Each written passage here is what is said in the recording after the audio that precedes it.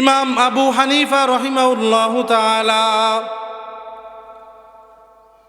তিনি তৎকালীন যুগের একজন ইহুদি, তৎকালীন যুগের একজন ধর্ম পণ্ডিত। তাকে কথা দিয়েছেন অমুক তারিখ অমুক দিন তার সাথে বহসে বসবেন। বহস মানে পক্ষ বিপক্ষ।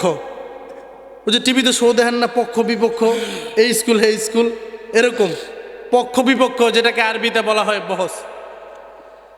ইমাম আবু হানিফা রহমতুল্লাহি আলাই ওই পাদ্রীকে, ওই পণ্ডিতকে বললেন যে অমুক দিন আমি তোমার সাথে বহস করব।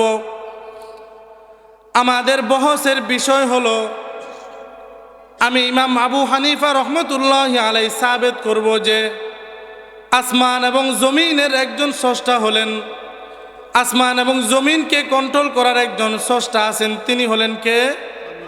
তিনি কে? তিনি হলেন আমার আল্লাহ। তার সাথে বহস হবে এই আল্লাহ তাআলা যে আসমান এবং জমিনকে কন্ট্রোল করেন এই বিষয় নিয়ে।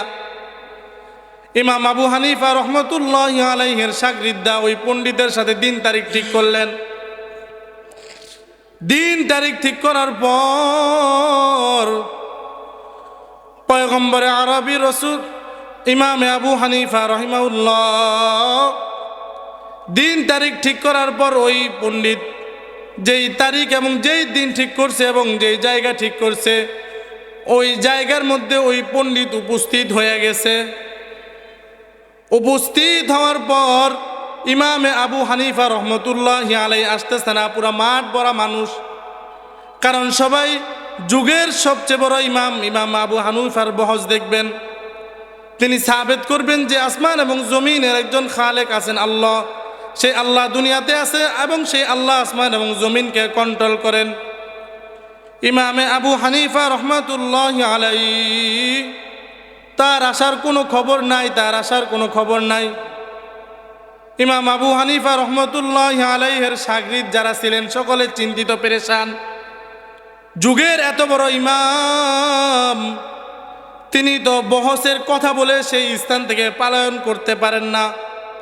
সবার মাথার মধ্যে একটা টেনশন ঢুকে গেল। ইমাম আবু হানিফা রহিমাহুল্লাহু তাআলা তিনি যে আসবেন, ওই যে বহসের স্থানে যাইবেন এবং তার বাড়ি, তার মাঝখানে একটা নদী ছিল। কি ছিল? আপনাকে মাঝখানেও আছে না? আপনাকে মাঝখানে আছেন, এই জন্য এই ঘটনা আপনারা সহজে বুঝবেন।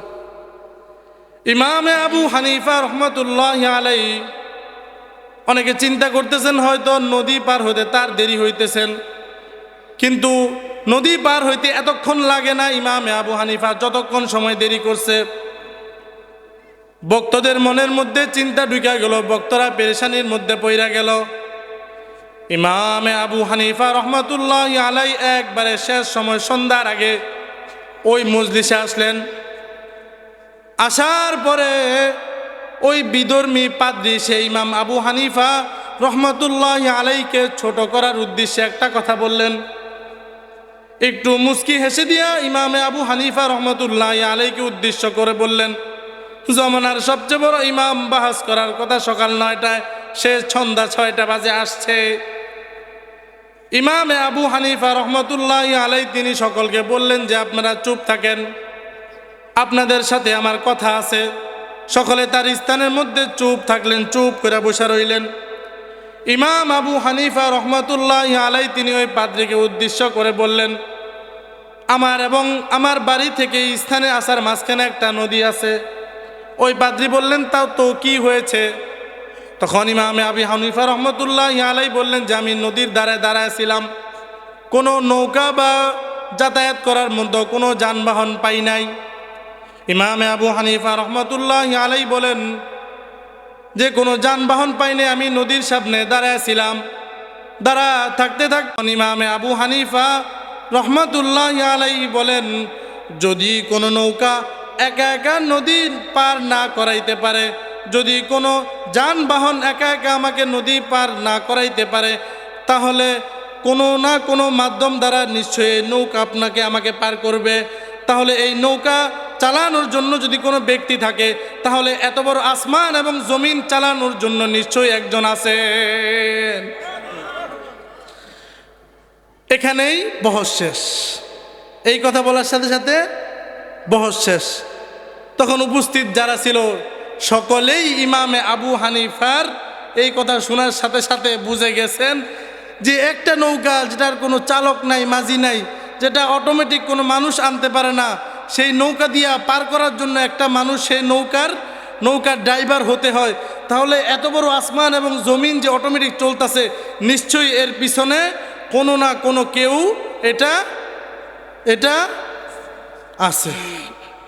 এই জন্য মোহতারাম হাজিরিন, সামান্য কিছু আলোচনা করলাম।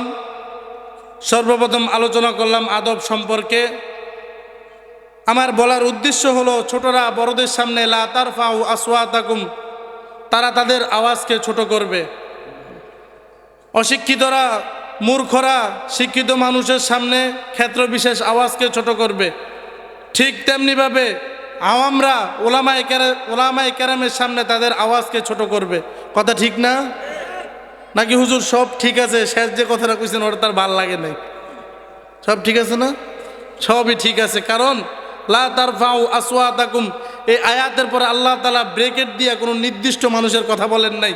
আল্লাহ তাআলা আয়াতের শুরুতে ইয়া আইয়ুহাল্লাযীনা আমানু বলে যারা লা ইলাহা ইল্লাল্লাহু মুহাম্মাদুর রাসূলুল্লাহ পড়ছে, আল্লাহ তাআলা সকলকে এই কথা বলেছেন। মোহতারাম হাজিরিন, যা কিছু আলোচনা করলাম, আল্লাহ তাআলা সর্বপ্রথম আমাকে এবং আপনাদের সকলকে কথাগুলো বুঝে শুনে এর উপর আমল করার তৌফিক দান করুক। আমরা সকলে বলি